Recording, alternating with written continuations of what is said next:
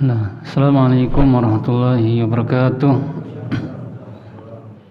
Innal hamdalillah nahmaduhu wa nasta'inuhu wa nastaghfiruh wa na'udzu billahi min shururi anfusina wa min sayyiati a'malina. May yahdihillahu fala mudilla lahu wa may yudlil fala hadiya lahu. Asyhadu an la ilaha illallah wahdahu la syarika lah wa asyhadu anna Muhammadan abduhu wa rasuluh sallallahu alaihi wasallam wa ala alihi wa ashabihi wa man tabi'ahum bi ihsanin ila yaumiddin. Ya ayyuhalladzina amanu taqullaha haqqa tuqatih wa la tamutunna illa wa antum muslimun. Amma ba'd. Ma'asyiral muslimin wal muslimat rahimakumullah. Alhamdulillah, segala puji bagi Allah Subhanahu wa taala yang telah melimpahkan banyak kenikmatan kepada kita yang tidak terhitung. Wa in ta'uddu ni'matallahi la tuhsuha. Dan jika kalian menghitung nikmat-nikmat Allah, niscaya kalian tidak akan mampu untuk menghitungnya.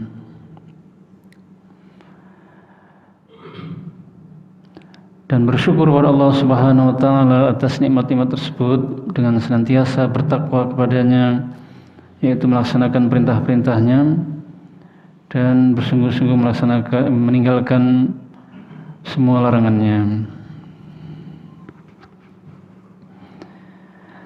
Baik, kita lanjutkan pembahasan kita, membahas kitab Lumatul I'tiqad. Sekarang halaman 25. Halaman 25 tentang hakikat iman. Qala al-muallif rahimahullah, penulis buku mengatakan, wal imanu qaulun bil lisan wa amalun bil arkan wa 'aqdun bil janan yazidu bit ta'ah wa yanqusu bil ma'siyah. Qala Allah ta'ala wa ma umiru illa liya'budullaha mukhlishina lahu-d-din hunafa'a wa yuqimus salah wa yu'tuz zakata wa dzalika dinul qayyimah.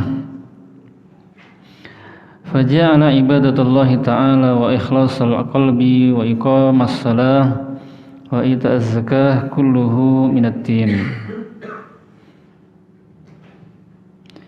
Iman adalah ucapan lisan, perbuatan anggota badan dan keyakinan hati, bertambah dengan ketaatan dan berkurang dengan kemaksiatan.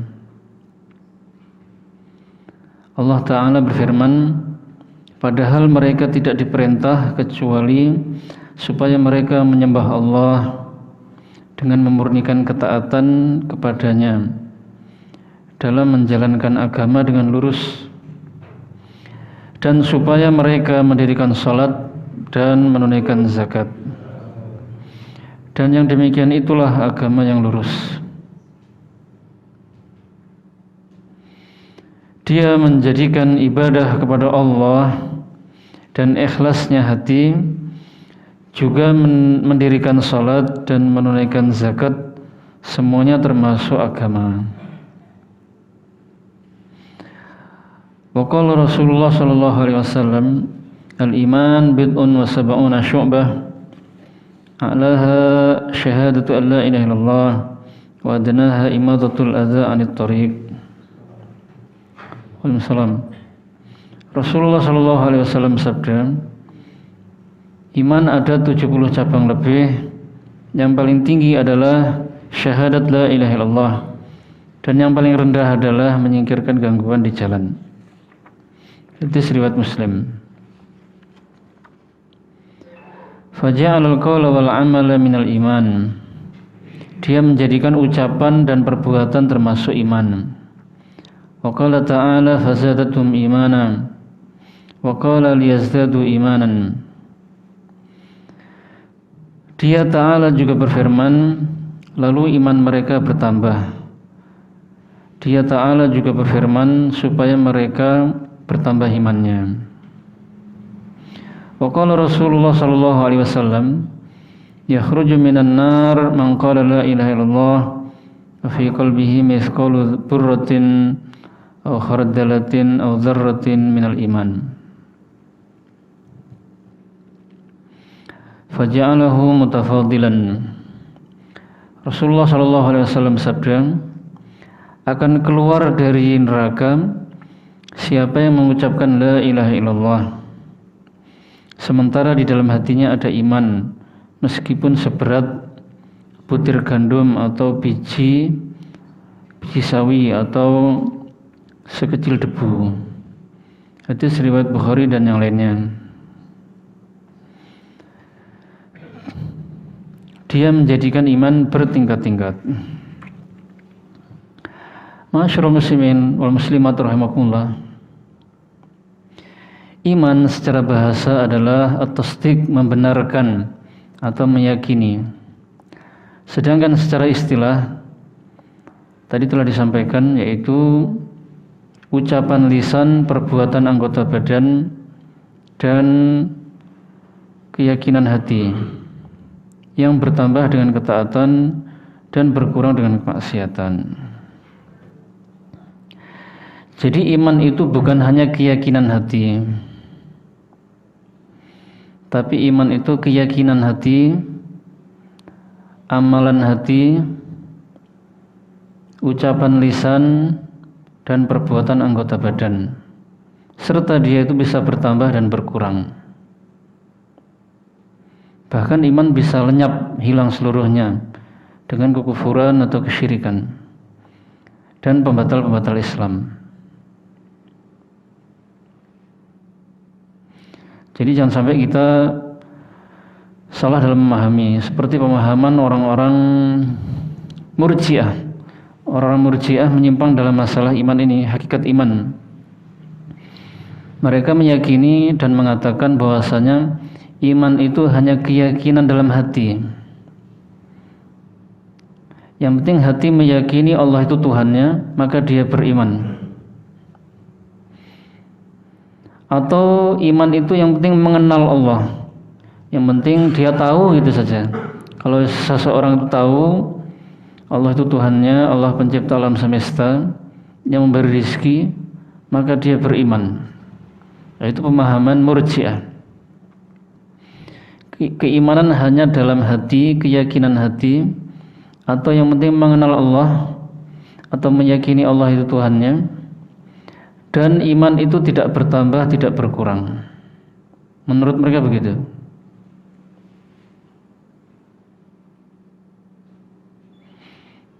Kalau pemahaman seperti ini atau akidah seperti ini, berarti iblis berarti beriman, Pak ya? Karena iblis itu bukan hanya mengenal Allah, tapi dia yakin betul Allah itu Tuhannya, Allah itu yang menciptakannya. Kemudian Abu Lahab, Abu Jahal, mereka meyakini Allah itu Tuhan mereka. Ketika mereka ditanya siapa yang menciptakan langit dan bumi, mereka pasti mengatakan Allah. Siapa yang memberi rizki? Allah, gitu ya. Wala in sa'altahum man khalaqas samawati wal arda la yaqulunna Allah. Jika kalian bertanya kepada mereka, orang-orang musyrik yang menyembah patung dan yang lainnya, siapa yang menciptakan langit dan bumi, maka mereka pasti akan mengatakan Allah.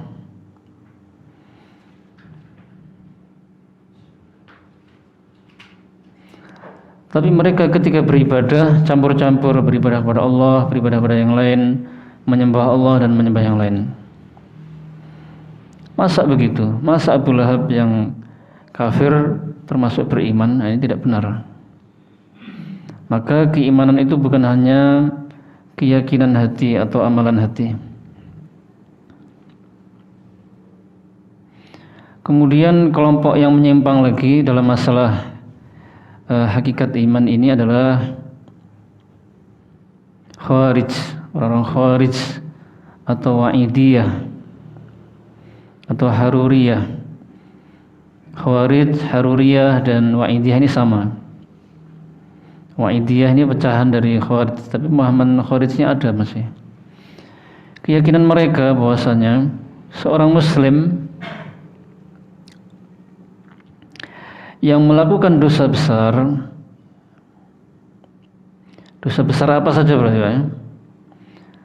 Melakukan dosa besar satu saja, maka imannya itu hilang, lenyap. Jadi orang-orang Khawarij meyakini keimanan itu memang dalam masalah ini sama dengan Ahlus Sunnah. Iman itu keyakinan hati, amalan anggota badan, dan ucapan lisan. Cuma mereka berbedanya dengan kita adalah mereka mengatakan iman itu tidak bertambah dan tidak berkurang. Jadi menurut mereka orang Khawarij, iman itu keyakinan hati, perbuatan anggota badan, dan ucapan lisan, tapi tidak bertambah dan tidak berkurang. Jadi iman itu ada pada seseorang atau hilang, lenyap sama sekali, tidak ada sama sekali. Jadi kalau ada orang beriman atau ada orang muslim melakukan dosa besar satu saja, maka dia langsung kafir. Imannya bukan berkurang Pak, tapi kafir. Seorang muslim melakukan dosa besar yang selain syirik atau kufur, dihukumi kafir oleh mereka. Dan kalau mati tidak bertobat, maka dia nanti di akhirat dimasukkan ke neraka kekal selama-lamanya. Kemudian yang ketiga yang menyimpang lagi adalah kelompok namanya Mu'tazilah. Mu'tazilah meyakini bahwasanya seorang muslim yang melakukan dosa besar, baik itu satu atau dua, yang penting dosa besar, maka dia berada di manzilah bainal manzilatain. Dia berada di kedudukan atau tempat antara dua kedudukan, antara dua tempat. Artinya pelaku dosa besar itu, seorang muslim yang melakukan dosa besar itu tidak dikatakan muslim dan tidak dikatakan kafir. Dia bukan muslim tapi juga bukan kafir gitu. Nah, ini kesalahan. Kemudian kalau dia mati tidak bertobat, maka dia di akhirat kafir, kekal dalam neraka. Sama dengan Khawarij, kalau mati tidak taubat maka statusnya kafir dan di akhirat dimasukkan dalam neraka kekal selama-lamanya. Kalau Ahlus Sunnah tidak, Ahlus Sunnah itu tadi pemahaman Mu'tazilah juga seperti Khawarij. Iman itu ucapan, keyakinan, dan amalan anggota badan, tapi tidak bertambah dan tidak berkurang, sama Pak ya. Cuma bedanya dengan Khawarij, kalau pelaku dosa besar dari kalangan muslimin belum mati, dia statusnya bukan muslim, bukan kafir. Kalau orang Khawarij mengatakan dia kafir, langsung kafir. Tapi kalau sudah sama-sama mati dan tidak taubat, kafir, sama-sama kafirnya. Kalau Ahlus Sunnah tidak, Ahlus Sunnah tadi saya sampaikan Pak ya, hakikat iman tadi, makna iman, ucapan lisan, contohnya la ilaha illallah, ucapan zikir, baca Al-Quran, berkata yang baik, mengajak kepada kebaikan, mencegah dari yang kemungkaran. Kemudian amalan anggota badan seperti sholat, zakat, puasa, haji, dan yang lainnya. Kemudian keyakinan hati seperti iman kepada Allah, para malaikatnya, hari akhir, dan beriman. Kemudian amalan hati seperti malu, kemudian takut kepada Allah, kemudian mengagungkan Allah, mencintai Allah, cinta karena Allah. Berarti amalan anggota badan, ucapan lisan, keyakinan hati, dan amalan hati. Kemudian bertambah dan bisa berkurang. Itu akidah Ahlussunnah wal Jamaah. Kemudian seorang muslim yang melakukan dosa besar itu selain kesyirikan dan kekufuran dan selain pembatal-pembatal Islam, maka dia tidak dikatakan kafir. Misalnya seseorang tidak puasa tapi masih meyakini kewajiban puasa, atau seseorang minum khamr atau mencuri dan meyakini keharaman itu, maka dia masih muslim, bukan kafir. Muslim naqisul iman. Kalau untuk perinciannya begitu Pak ya. Dia masih muslim. Atau dia dikatakan fasik. Fasik itu sendiri masih muslim, bukan kafir.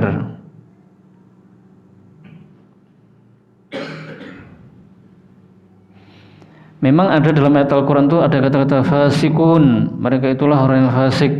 Maksudnya adalah orang kafir. Karena memang kaitan ayatnya bercerita tentang orang kafir. Makanya yang dimaksud fasik itu kafir. Tapi Ahlus Sunnah ketika berbicara tentang seorang muslim melakukan dosa besar yang tidak sampai ke derajat syirik atau kufur, maka mereka itu fasik, fasikun. Maksudnya muslim yang naqisul iman. Muslim tapi imannya berkurang. Ada yang berkurang sedikit, ada yang berkurang banyak.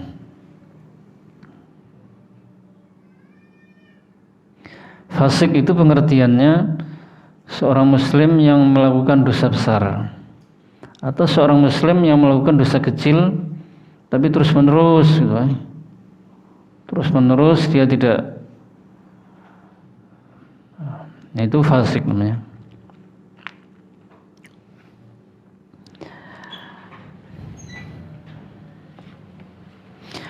Iman bertambah dan berkurang, dalilnya tadi telah disampaikan dalam surah Taubah dan surah Al-Fatah. Liyazdadu imanan fazadathum imanan, supaya mereka bertambah imannya, lalu iman mereka bertambah.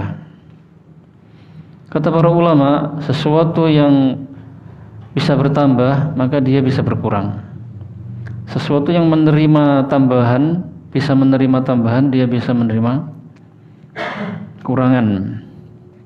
Dan dia bertambah berarti awalnya berkurang. Kemudian iman itu tidak satu tingkatan, tapi bertingkat-tingkat. Kalau orang Murji'ah mengatakan iman itu satu tingkatan saja, berarti imannya Abu Bakar, imannya Abu Jahal, imannya Fir'aun sama, karena mereka meyakini Allah Tuhannya gitu ya.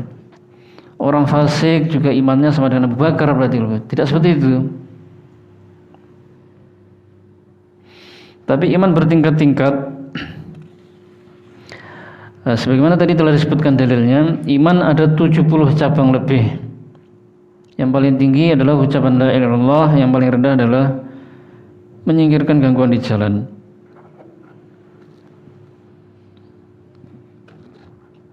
Seseorang yang mengamalkan seluruh cabang keimanan ini berarti imannya sempurna.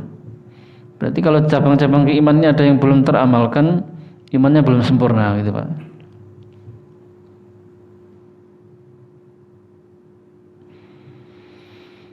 Nah, Abu Bakar tentu imannya paling sempurna setelah para nabi dan rasul.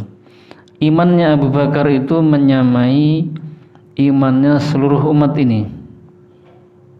Kalau ditimbang itu menyamai imannya seluruh umatnya Nabi Muhammad SAW. Iman bertambah dengan ketaatan, dan kita bisa merasakan sendiri Pak ya.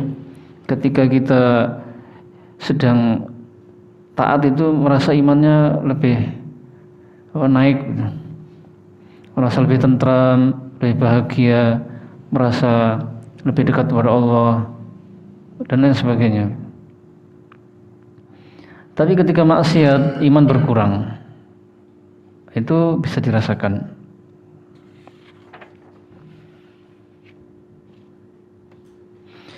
Iman ada yang paling rendah, kecil sampai kecil. Ada seseorang yang imannya sampai kecil, paling kecil ini Pak ya.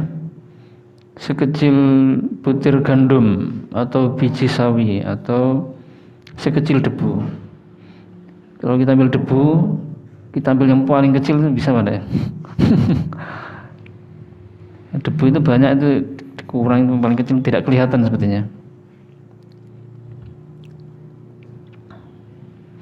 Nah, nanti orang yang dikeluarkan dari neraka yang terakhir sekali, nah ini yang dia dibakar sudah sampai hangus itu, sampai jadi arang. Nah, imannya yang paling kecil ini. Maka hadis ini juga menjelaskan keutamaan tauhid, bahwasanya orang yang mentauhidkan Allah, tidak berbuat syirik besar, maka dia pasti akan keluar dari neraka dan dimasukkan ke surga.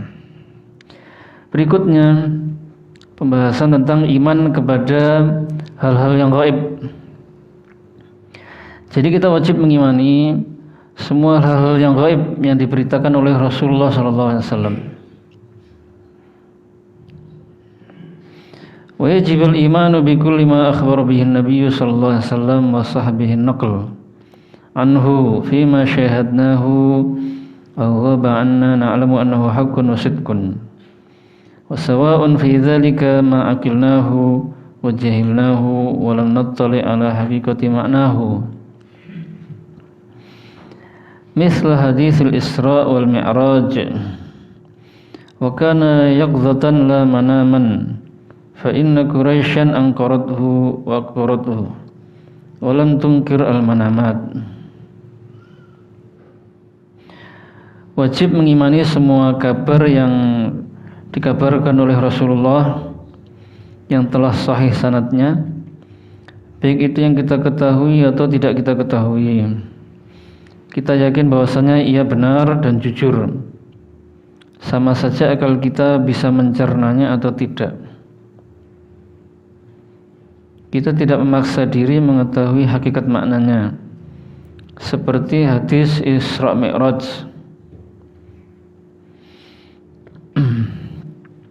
Dan itu beliau alami dalam keadaan sadar, bukan mimpi, karena orang-orang Quraisy mengingkarinya dan menganggapnya mustahil.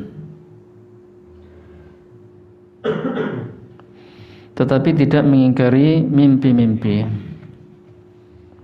Jadi wajib bagi kita mengimani semua yang diberitakan oleh Rasulullah SAW, baik itu yang kita telah menyaksikannya atau tidak kita saksikan, yang gaib, baik itu yang gaib yang lalu yang sudah terjadi atau gaib yang lainnya yang akan terjadi,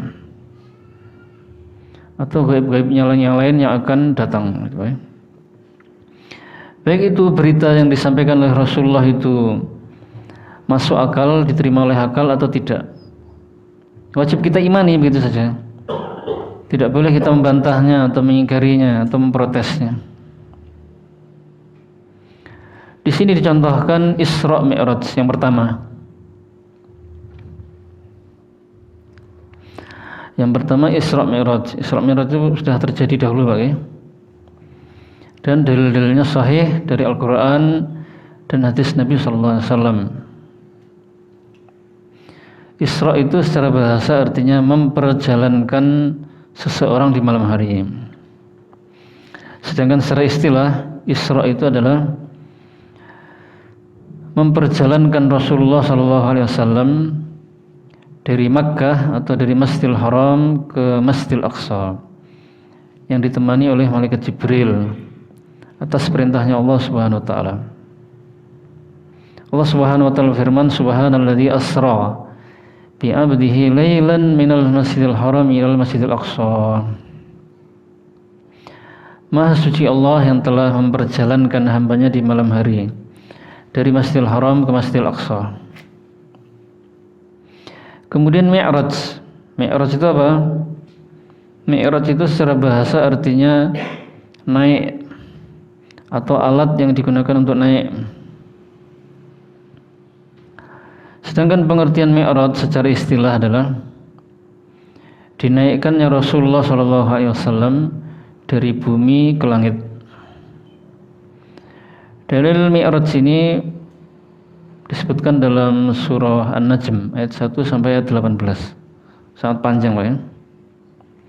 Ayat 1 sampai 18 ini ya berbicara tentang awal beliau mendapatkan wahyu di Gua Hira, bertemu dengan siapa? Melihat malaikat Jibril dalam wujud aslinya pertama kali. Kemudian setelahnya berbicara tentang Mi'raj. Di dinaikkannya beliau ke langit. Isra Mi'raj ini adalah salah satu mukjizat Nabi sallallahu alaihi wasallam. Isra Mi'raj kapan terjadi, di bulan apa, di hari apa, tahun berapa, itu tidak ada keterangan sama sekali dari hadis Nabi sallallahu alaihi wasallam. Isra Mi'raj tanggal berapa, tidak ada keterangan. Bulan apa, tahun berapa, tidak ada keterangan dari hadis Nabi sallallahu alaihi wasallam. Hanya ada riwayat yang sanadnya terputus, tapi hanya keterangan bulannya. Bulannya adalah bulan Rabiul Awal, tapi itu sanadnya terputus gitu ya. Jadi belum ada hadis yang sahih yang menjelaskan.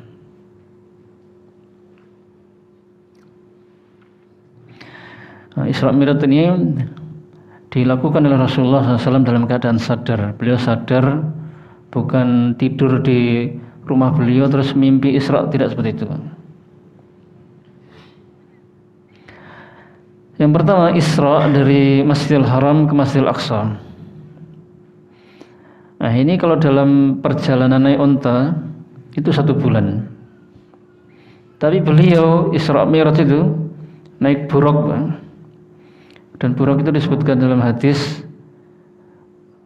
seperti kuda putih, tapi dia lebih kecil dari kuda, tapi lebih besar dari keledai.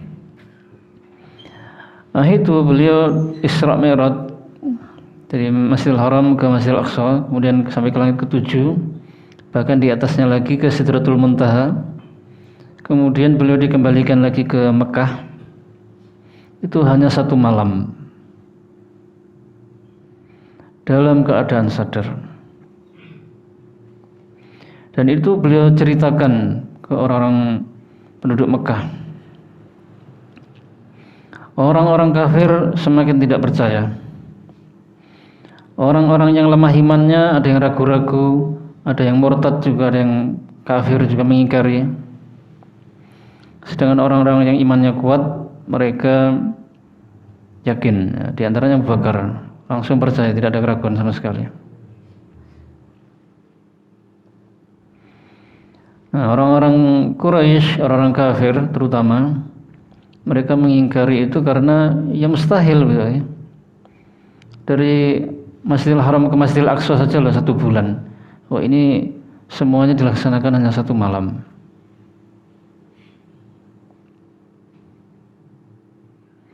Ya, itu kalau pakai akal seperti itu. Kewajiban kita mengimani, karena itu Allah yang melakukan, ya, yang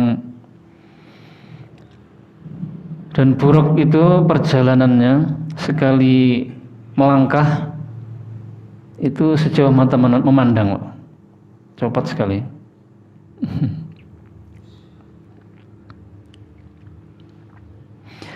Dan kisah di Isra Mi'raj ini, beliau melihat surga, melihat neraka, diwajibkan sholat 5 waktu. Beliau juga bertemu dengan para nabi. Maksudnya bertemu dengan para nabi itu bukan bertemu badan mereka, Pak, ya, karena para nabi sudah meninggal, kecuali Nabi Isa yang masih hidup. Artinya bertemu dengan para nabi itu Rasulullah bertemu ruh-ruhnya para nabi, kata Syekhul Islam Ibnu Taimiyah. Dan ruh-ruh itu, kalau tidak salah Ibnu Taimiyah, ya, ruh-ruh itu oleh Allah Subhanahu wa taala diwujudkan dalam wujud para nabi gitu. Bentuk badan para nabi, tapi sebenarnya ruh mereka. Allah Maha Kuasa. Adapun bentuk ruh yang asli itu wujudnya seperti apa, wallahu alam, hanya Allah yang tahu. Rasulullah SAW kemudian salat mengimami mereka. Itu semua wajib kita imani. Berikutnya, wa min dzalika anna malakal maut lamma jaa ila Musa alaihissalam liyaqbidha ruhihi latamahu faqa'a 'ainah faraja'a ila rabbih faradda 'alaihi 'ainah Termasuk pula adalah malaikat maut ketika mendatangi Musa alaihissalam untuk mencabut nyawanya, memukulnya hingga tercongkel mata malaikat tersebut. Lalu ia kembali kepada Rabb-nya sehingga matanya disembuhkan. Hadis riwayat Bukhari dan Muslim.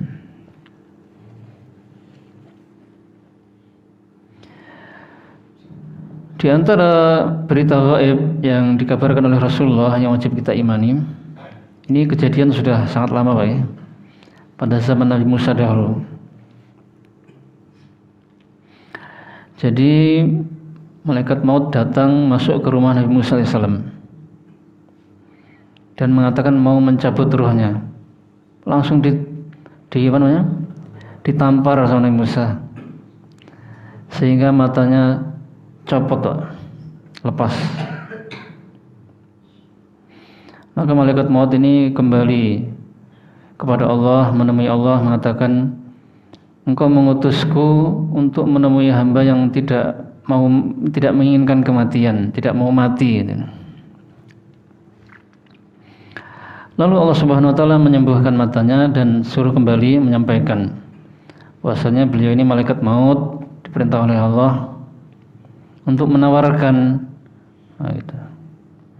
mau dicabut nyawanya, meninggal atau ditambah umurnya. Kalau mau ditambah, letakkan tangan di sapi. Nah, nanti umurnya ditambah, dihitung per helainya itu. Per helai itu 1 tahun. Ya, per bulu. Per bulu itu 1 tahun. Nah, setelah per bulu itu 1 tahun habis, setelah itu apa yang terjadi? Saya cabut nyawa engkau, gitu, wahai Musa. Ya sudah, cabut aja nyawanya sekarang. Terus dicabut nyawanya. Nah, itu cerita yang sahih diriwayatkan oleh Bukhari dan Muslim.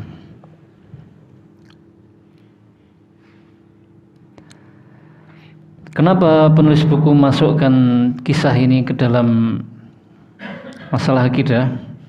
Karena banyak ahli bid'ah yang mengingkarinya, gitu. Tidak percaya. Masa Nabi Musa menampar malaikat? Tidak mungkin dilakukan. Iya. Nah, seorang nabi masa menampar malaikat maut? Maka bantahannya, ya kita katakan malaikat maut itu masuk ke rumah Nabi Musa itu bukan wujud asli, Pak, tapi wujudnya manusia.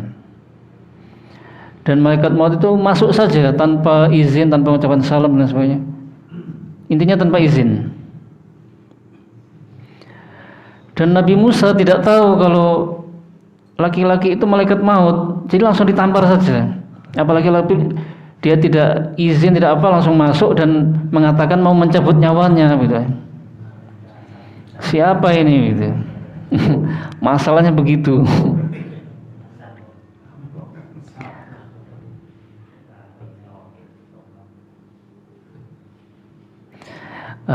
Di dalam syariat kita juga diperbolehkan apabila ada tamu, ada orang masuk rumah tanpa izin atau ngintip-ngintip, boleh ditampar, Pak, atau dilukai matanya. Makanya ketika malaikat maut datang yang kedua kali, nah itu kan izin, terus menyampaikan utusan Allah. Oh ya, beliau menerima, langsung tunduk.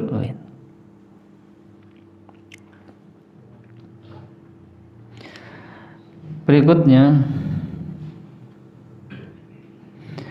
wa min dzalika asyratus sa'ah misal khurujid dajjal wa nuzul Isa bin Maryam alaihissalam fayaqtuluhu wa khuruj Ya'juj wa Ma'juj wa khuruj Tabah wa tul'i syams min maghribiha wa asbahi dzalika mimma sahabihi naql. Di antaranya pula adalah tanda-tanda kiamat seperti munculnya Dajjal, turunnya Isa bin Maryam, lalu beliau membunuhnya, keluarnya Ya'juj dan Ma'juj, keluarnya Tabah, terbitnya matahari dari barat, dan yang semisalnya, dari berita-berita yang sahih periwayatannya. Di antara yang wajib kita imani adalah tanda-tanda kiamat, tanda-tanda dekatnya hari kiamat, tanda-tanda kiamat besar. Nah, tanda-tanda kiamat itu dua, ada tanda-tanda kiamat kecil dan tanda-tanda kiamat besar. Tanda-tanda kiamat kecil itu ada yang sudah terjadi dan tidak akan terulang lagi, seperti lahirnya Nabi Muhammad, diutusnya beliau jadi Rasul, dan wafatnya beliau. Itu tidak akan terulang lagi. Kemudian ada lagi tanda kiamat kecil yang terjadi dan seterusnya akan terjadi, seperti gempa bumi, kemudian banyak kemaksiatan, pembunuhan, kejahatan merajalela. Kalau tanda-tanda kiamat besar, nah, di antaranya tadi keluarannya Dajjal, turunnya Nabi Isa, belum terjadi. Terbitnya matahari dari barat dan yang lainnya. Di antara yang wajib kita yakini adalah khurujid Dajjal, keluarnya Dajjal. Dajjal pengertiannya secara bahasa adalah pendusta atau tukang tipu. Sedangkan Dajjal secara istilah pengertiannya adalah seorang laki-laki tukang tipu yang keluar di akhir zaman yang mengaku sebagai Tuhan. Dalil-dalil tentang Dajjal ini banyak dari hadis, di antaranya doa yang dipanjatkan oleh Nabi dan kita diperintahkan untuk membaca doa itu di tahiyat akhir. Allahumma inni a'udzubika min azabi jahannam wa min azabil qabri wa min fitnatil mahya wal mamat wa min syarri fitnatil masiihid dajjal. Kemudian hadis yang lain di antaranya beliau bersabda, man sami'a bihi falayan'a anhu. Barang siapa yang mendengar tentang Dajjal, hendaklah dia segera menjauh darinya. Wa man adrakahu falyaqra alaihi fawatihas suratil kahf. Dan barang siapa yang mendapatinya, menemuinya, bertemu dengannya, hendaklah dia membaca awal-awal surat Al-Kahfi. Jadi kalau mendengar ada Dajjal, segera menjauh. Karena fitnahnya sangat besar, pengaruhnya sangat besar. Jangan sampai mendengar ada Dajjal malah menemui, ya Pak. Kalau tidak sengaja atau ketemu, segera menjauh dan membaca awal surat Al-Kahfi tadi. Fitnah Dajjal adalah fitnah terbesar. Sejak awal diciptakan Nabi Adam sampai akhir zaman itu fitnah terbesar adalah fitnah Dajjal. Padahal dia muncul ke bumi ini hanya 40 hari. Dajjal ini sebenarnya sudah ada, wallahu alam keberadaannya di mana. Tapi nanti di akhir zaman dia keluar. Dan 40 hari. Satu hari pertama seperti 1 tahun, hari kedua seperti 1 bulan, hari ketiga seperti sepekan, hari keempat dan seterusnya seperti hari biasa. Maksudnya hari pertama seperti tahun itu bagaimana sih Pak? Apa benar-benar 12 bulan begitu? Tidak. Ya maksudnya memang ya tetap 1 hari, tapi yang dirasakan tuh lama sekali memang. Ya sholatnya kita ya tetap 5 kali begitu, mengikuti jam itu, mengikuti waktu sholat itu, bukan sholat berkali-kali. Yang dirasakan tuh memang sangat lama 1 hari itu. Tapi waktunya ya waktu zuhur, asar, tetap 5 waktu begitu.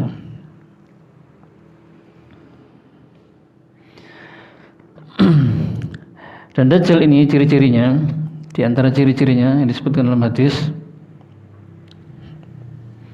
matanya itu buta sebelah. Gitu ya. Sedangkan Allah tidak buta sebelah. Allah punya 2 mata, bisa melihat. Kemudian di dahinya tertulis Ya, huruf kaf, fa dan ra.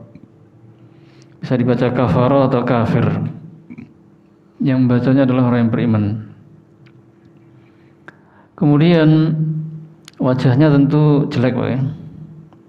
Rambutnya keriting, badannya besar tapi pendek. Badannya besar tapi pendek, intinya jelek, Pak. Kemudian kakinya itu ini lutut dengan lutut yang satunya itu berjauhan, ya, seperti bentuk huruf O. Apa ya namanya ya?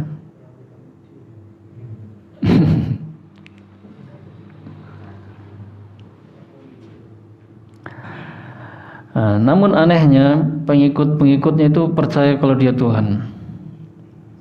Pengikutnya itu sangat banyak dan kebanyakan mereka adalah orang Yahudi dan wanita. Pengikut paling banyak Yahudi dan wanita. Harusnya mereka itu kan menyadari yang namanya Tuhan itu kan tidak cacat seperti itu. Kalau seandainya cacat, Tuhan itu kan masih bisa memperbaiki dan memperindah fisiknya menjadi bagus, tapi kenyataan tidak pernah berubah. Ini menunjukkan dia bukan Tuhan. Tapi dia memiliki kesaktian-kesaktian. Di antaranya kalau berjalan itu sangat cepat sekali, Pak. Diumpamakan dalam hadis itu dikatakan berjalannya itu seperti turunnya air hujan yang diakhiri dengan angin. Dan seluruh bumi ini sudah dilewatinya atau dilintasi dan dikuasai, kecuali Makkah, Madinah. Dalam riwayat yang lain yang sahih, yang tidak bisa dimasuki ada 4: Makkah, Madinah, kemudian Baitul Maqdis dan Bukit Tursina.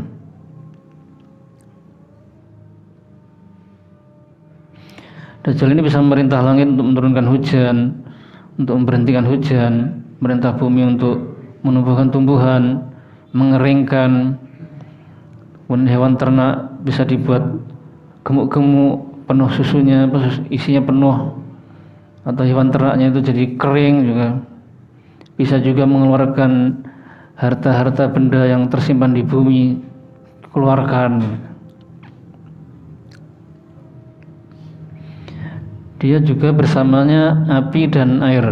Yang dimaksud api itu air, air itu api. Nah, jangan sampai salah memilih. Kalau milih air berarti dia milih api. Maksudnya api neraka nanti.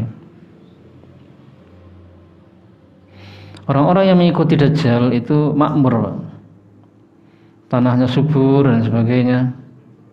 Kalau yang menentang Dajjal, itu dibuat sengsara, kekeringan dan sebagainya.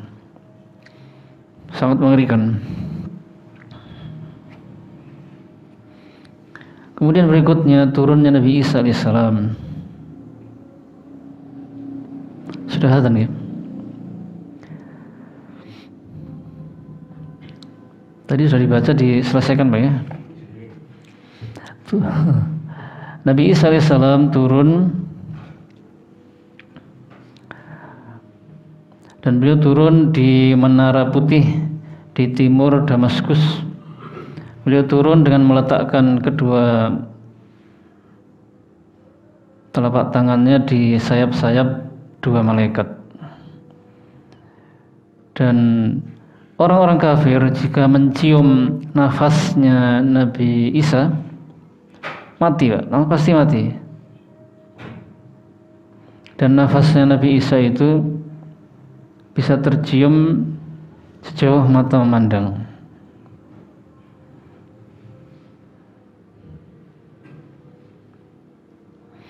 Dan memang tugasnya Nabi Isa itu membunuh Dajjal, kemudian menghancurkan salib-salib untuk menunjukkan bahwasanya beliau itu Nabi, bukan anak Tuhan. Membunuh babi, kemudian menghapus pajak. Kalau zaman dulu, pada zaman Nabi ada pajak. Jadi orang kafir yang tinggal di negara Islam mau bayar pajak atau masuk Islam atau bayar pajak. Kalau pada zaman Nabi Isa tidak mau masuk Islam atau dibunuh, pilihannya begitu. Beliau turun kemudian sholat subuh menjadi makmum. Beliau ditawari jadi imam sebenarnya, tapi beliau tidak mau, inginnya yang Mahdi saja. Ini menunjukkan supaya orang-orang tahu bahwa beliau itu mengikuti syariatnya Nabi Muhammad SAW.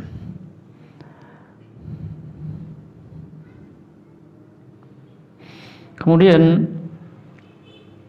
ketika pasukan Dajjal dan Dajjal akan berperang dengan Nabi Isa dan pasukannya, pintu gerbang bab Lut itu dibuka, dan Dajjal memang belum pernah ketemu Nabi Isa, baru ketemunya itu, baru turun. Jadi Dajjal ini memang di hari-hari terakhir mau mati. Nabi Isa turunnya memang Dajjal sudah di akhir-akhir hayatnya.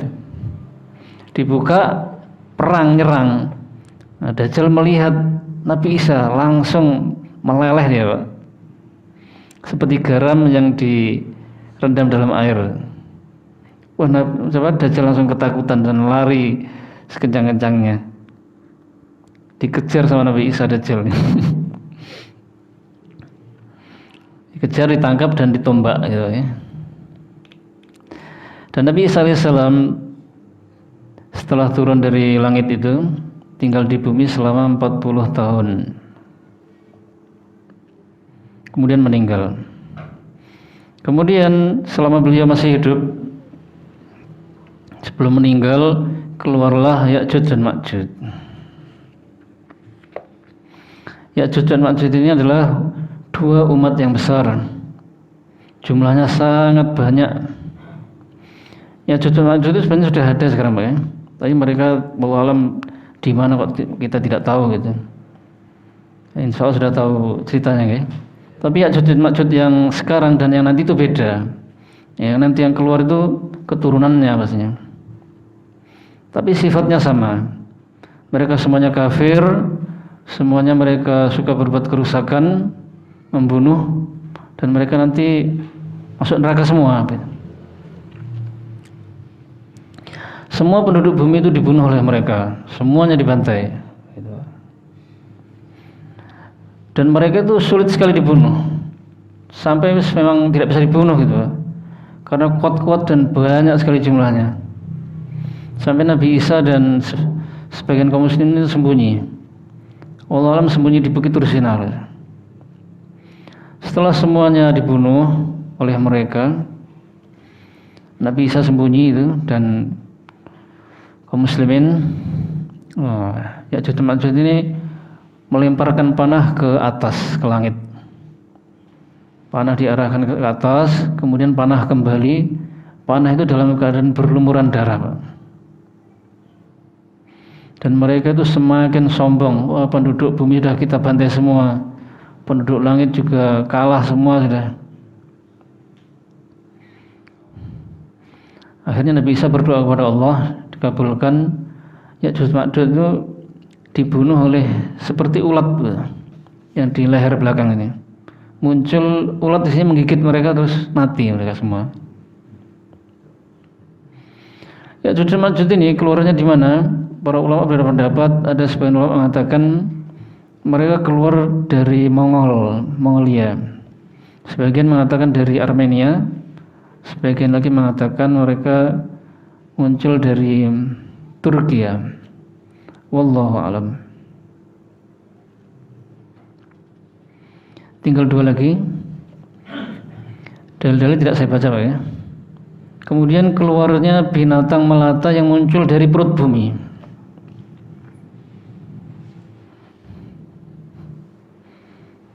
Dan binatang melata ini bisa berbicara pada manusia. Manusia paham, ya.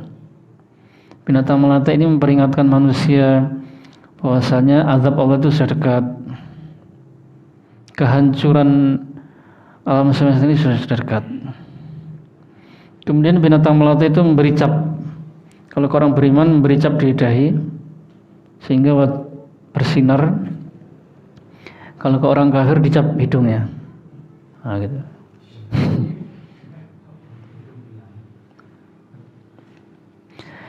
Yang terakhir yang wajib kita imani dari pembahasan kita malam ini adalah terbitnya matahari dari barat. Jadi nanti sebelum terjadi hari kiamat, matahari terbit dari barat. Ketika matahari terbit dari barat, semua manusia itu yang kafir beriman. Yang beriman, yang suka maksiat, mereka juga taubat dari maksiat-maksiat yang seperti minum khamr atau apa itu, taubat juga. Tapi tidak diterima. Percuma. Yang bermanfaat itu hanyalah iman yang sudah ada sebelum matahari terbit dan ketaatan-ketaatan yang biasa dikerjakan sebelum matahari terbit itu, atau maksiat yang ditinggalkan sebelum matahari terbit. Tapi kalau sudah matahari terbit dari barat, beriman masuk Islam enggak diterima. Taubat dari dosa apa yang dikerjakan tidak diterima, tidak bermanfaat. Dan keadaan saat itu sama dengan keadaan orang ketika menghadapi sakratul maut. Karena di antara syarat diterimanya taubat itu kan wajib taubat sebelum nyawa sampai ke kerongkongan dan sebelum matahari terbit dari barat. Jadi ketika matahari terbit dari barat itu, orang-orang melihat mereka itu akan disiksa atau tidak. Seperti orang kalau sudah sekarat, Pak, dia nanti akan disiksa atau diberi nikmat, itu mereka melihat. Jadi tidak ada gairah lagi untuk semangat beribadah atau sudah tahu ini bakal disiksa atau tidak.